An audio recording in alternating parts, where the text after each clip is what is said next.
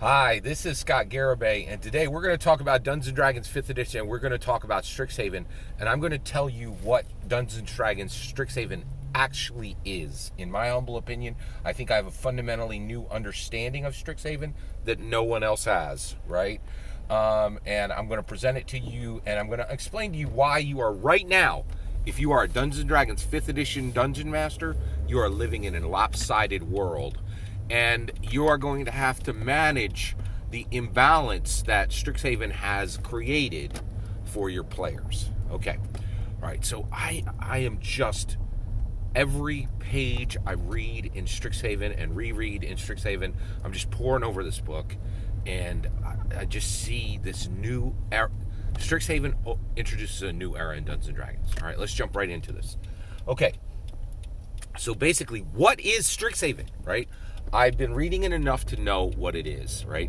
And it is warping Dungeons & Dragons 5th Edition in a new way that no source book has ever done in the history of the game. Okay, so what is it? Well, we love Dungeons & Dragons 5th Edition, right? Dungeons & Dragons 5th Edition is the greatest edition of Dungeons & Dragons that's ever existed, okay? One of the things it did to get there is it says, what is your character, right? In the old days, they're like race and class, right? We left that D&D then, D&D not nonsense behind. We're beyond it now. D&D now, king, right? All others, subordinate, right? The other versions, okay? So race, class, old school, right? 5e now, race, class, background, okay? Background has been really helpful. Sailor, urchin, charlatan, criminal, entertainer, guild artisan, right?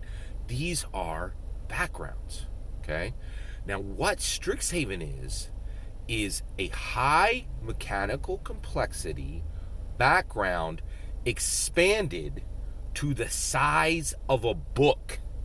Strixhaven is what if your background was a book, not 2 pages, not 1 page, but a book, an entire book.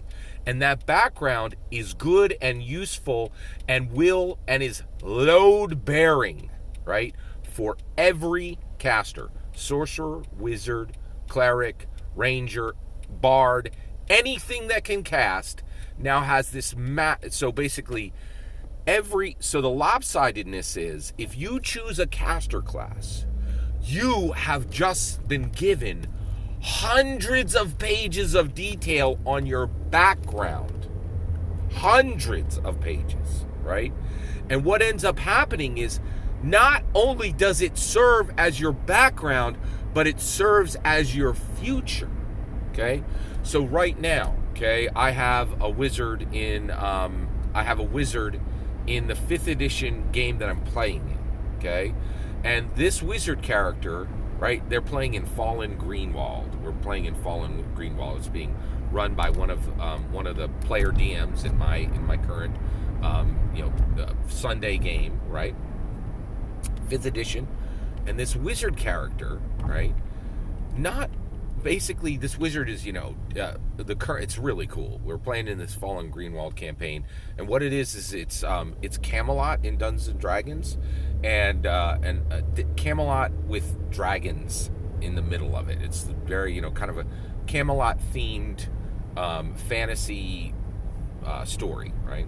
Now this wizard, right? He's doing wizardly things. He's going from we started at 4th and we're going actually I'm sorry, we actually started at 1st and we advanced up through 4th level, right?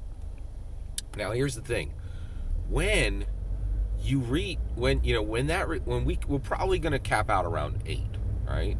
But here's what happens: that wizard character, right? And it would be the same if they were a cleric, it would be the same if they were a sorcerer, it would be the same if they were a ranger, it would be the same if they were a bard, any casting class, okay? Basically, as soon as that adventure is done, that player now, because Strixhaven exists, can say, wait, my wizard came into the world casting and kicking, right?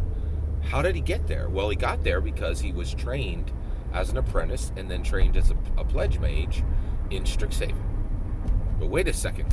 What about the 3 months he spent, in the Biblioplex finding out information about Eberron and finding out information about Faerun, right?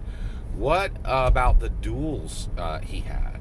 What about his, how he was encouraged to become more courageous and overcome his fears by, the Silver Quill Professor of Shadow, right? Like, so you have this background, this entire campaign that can be run for that wizard. But wait, what about the future? Okay, so now this, so we do an entire, like 10 to 20 session campaign just establishing this wizard, this one wizard character's time in the university, right? Which is distinct and interesting and unique from their adventures, right? But then, because this wizard has been created and has adventured, right? Then, once we've told their before story, and they survived through the adventures, right? And they were retired, now you have this, maybe 12th level wizard, right? Who's done all these incredible things in Fallen Greenwald. And then, they're remembering their days as a wizard in Strixhaven, right? And they're like, well, I've done my harrowing here, but I know all these spells. I have this gigantic spell book. I have this interest in history. It's time to go and take up a professorship at Strixhaven, right? And, now I've spent 5 years as a professor in Strixhaven. Now I'm going to become the Dean of Prismari, right? Oh, I've spent 5 years as the Dean of Prismari. Now I will become the voice of the founders, and I will speak for the dragons. I'll speak for, the Silver Quill Dragon, and the Prismari Dragon, and the Quandrix Dragon, and the Lorehold Dragon, right? Oh, now, that maybe I spend time as the Oracle, and then I become an Archaic, right? This is all, like, there's a past and a future for every caster now. Entire campaigns for every single caster, right? Like, and it's and it expands the wizard, the cleric, the sorcerer in both directions, into the past and into the future. The only problem is, you got a fighter? You're like a sailor? You were on a ship once? Like, and there's 2 pages in the book for it?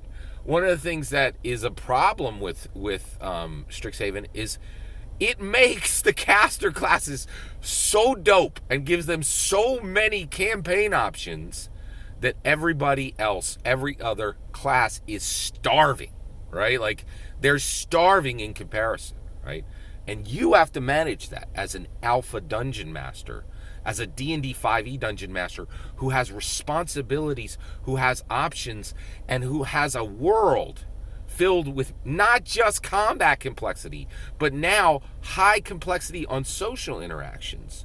You are so far beyond any D&D then dungeon master, any D&D not dungeon master, that you are rocketing with turbo on, right? Like, your world is so much richer and fuller, right? But this does demand that you step up and fix this lopsidedness, and you may actually need to give mechanical benefits to these classes that don't have an entire book, not just presenting a massive campaign-ready background, but a massive campaign-ready future, right? The caster classes have been catapulted into the sky, right? And the caster classes just now flap their cherubic wings above all the other classes, right? Now, this is exciting. What would a Strixhaven equivalent look like for fighters, right? What would it could be very exciting. And by the way, I totally forgot Druid, because they cast too. And by the way, Druids are all up in Witherbloom, so, right? But if you're a non-caster class, there's going to need to be like kind of an equivalent to Strixhaven, because Strixhaven does so much to establish strength and priority and awesomeness for the Dungeons & Dragons Dungeons & Dragons 5th edition caster classes.